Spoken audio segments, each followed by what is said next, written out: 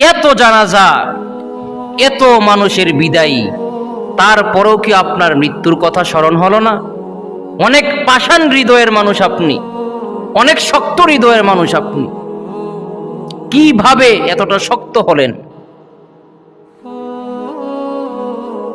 এত মানুষের জানাজা আপনি নিজেই পড়লেন,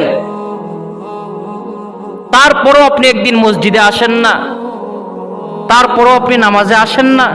আপনি কি দেখেন নাই আপনার চেয়ে শক্তিশালী মানুষ কবর তাকে শেষ করে দিয়েছে, মৃত্যুর রোগ তাকে একেবারে দুর্বল করে দিয়েছে? আপনি কি দেখেন নাই? একটা জানাজা পড়ার পর, একটা মানুষকে কবরস্থ করার পর, তারপরেও আপনি কিভাবে নামাজ ছাড়া, তারপরেও কিভাবে আপনি মসজিদে না এসে কিভাবে ঘুমান আমার বুঝে আসেন। আস্তাগফিরুল্লাহ, আস্তাগফিরুল্লাহ।